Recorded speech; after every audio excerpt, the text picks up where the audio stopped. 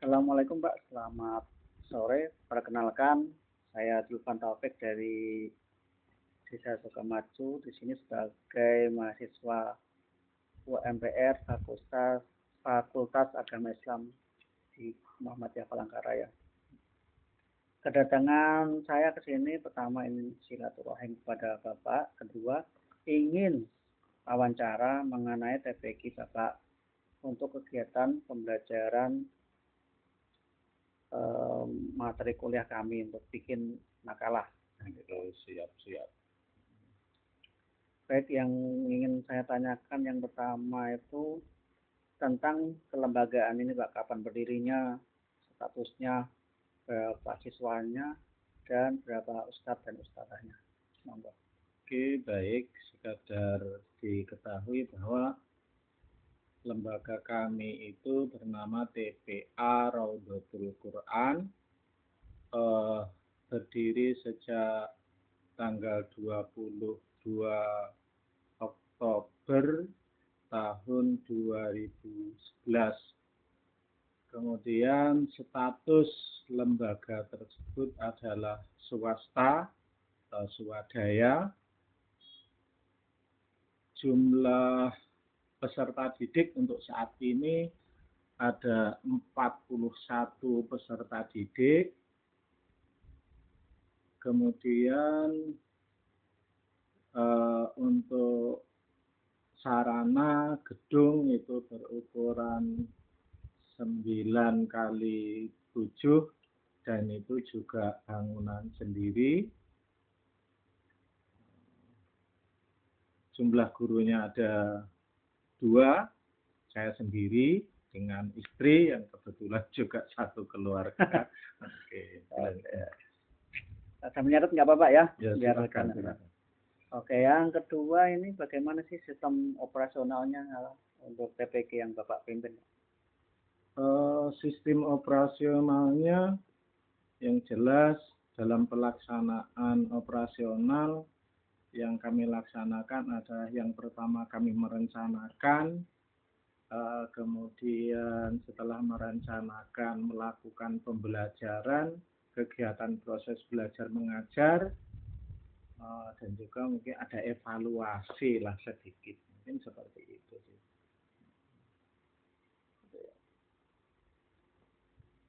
Untuk kurikulum apa Pak yang biasa dipakai sih Pak? Kalau kurikulum untuk sementara ini karena sesuai dengan kebutuhan anak-anak, karena saya juga mengajar di sekolah dasar, jadi untuk membantu anak-anak ibaratnya melengkapi pendidikan anak yang kami ajarkan di sini adalah yang pertama Iqra dari awal, ya, jadi Iqra 1, kemudian berlanjut dengan sampai ke Al-Quran, kemudian ada juga fasolatan, kemudian ada tajwid, kemudian pembelajaran karakter yaitu akhlakul karimah, yang jelas Sairah juga diajarkan. Sirah Nabawiyah Sairah Nabawiyah yang jelas itu. Jadi kurikulumnya tidak terikat dalam satu kurikulum, artinya fleksibel. Ya. Untuk fasilitas Pak atau sarana prasarana di TPA Bapak? Kalau sarana untuk ruang gedung milik sendiri, kalau untuk tanahnya sementara pinjam pakai, yang dari SDN Bukit Jaya. Karena lokasinya adalah numpang, bahasanya pinjam tempat di lokasi SDN Bukit Jaya. Berarti pembangunannya mendirikan sendiri gitu ya dengan. Alhamdulillah pembangunan semua didirikan sendiri dan juga dibantu oleh orang tua wali murid. Artinya ada keterlibatan antara orang tua wali murid terhadap sarana dan juga prasarana pendidikannya. Berarti sangat mendukung ya untuk Bapak Ibu dari wali santri ya. Kalau Bapak Ibu wali tura sangat mendukung dengan adanya kegiatan di pembelajaran di TPA kami. Terus mungkin ada kendala atau permasalahan apa yang mungkin bisa di-sharing ke kami? Kalau kendala, permasalahan itu pasti ada. Tidak mungkin sebuah lembaga berjalan sekian waktu tidak ada kendala, itu pasti ada. Akan tetapi kendala yang berkaitan dengan peserta didik adalah kadang-kadang kurangnya minat siswa, kurangnya minat anak-anak ketika belajar. Jadi ketika belajar cuma satu kali dibaca, kemudian setelah itu sudah. Nah, itu saja. Walaupun kami sudah memberikan motivasi dengan cara strategi yang baik, ya, tapi kadang terkembali kepada anaknya sendiri. Ada juga yang sangat rajin, begitu cepat dalam menguasai proses pembelajarannya. Untuk segera sharing ya Pak, Oke. kami juga ada sih santri itu yang maaf sih, mungkin ekonya agak kurang gitu loh. Kadang 1, 2, 3 kali itu dia nggak masuk-masuk. Nih, penjelasannya bagaimana Pak? Kalau sharing dari sampean bagaimana ya? Nanti bisa kami terapkan di TPA kami kan gitu.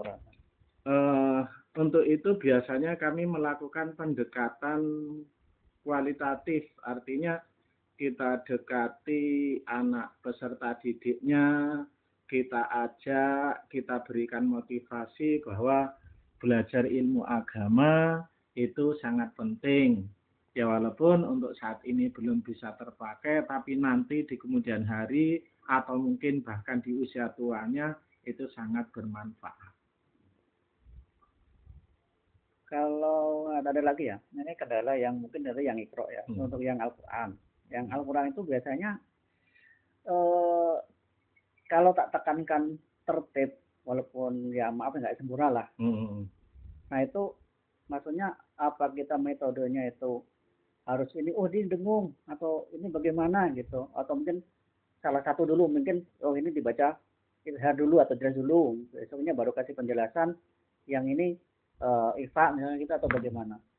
Biasanya kalau anak-anak yang sudah Al-Quran, dia itu cenderung cenderung agak susah ya, karena mereka sudah mau mencari jati dirinya sendiri. Jadi ketika diarahkan itu emang agak sulit. Yang jelas kita sebagai ustadz, sebagai seorang guru juga harus telaten mencari celah bagaimana supaya anak itu dapat menguasai pembelajaran yang dilaksanakan itu.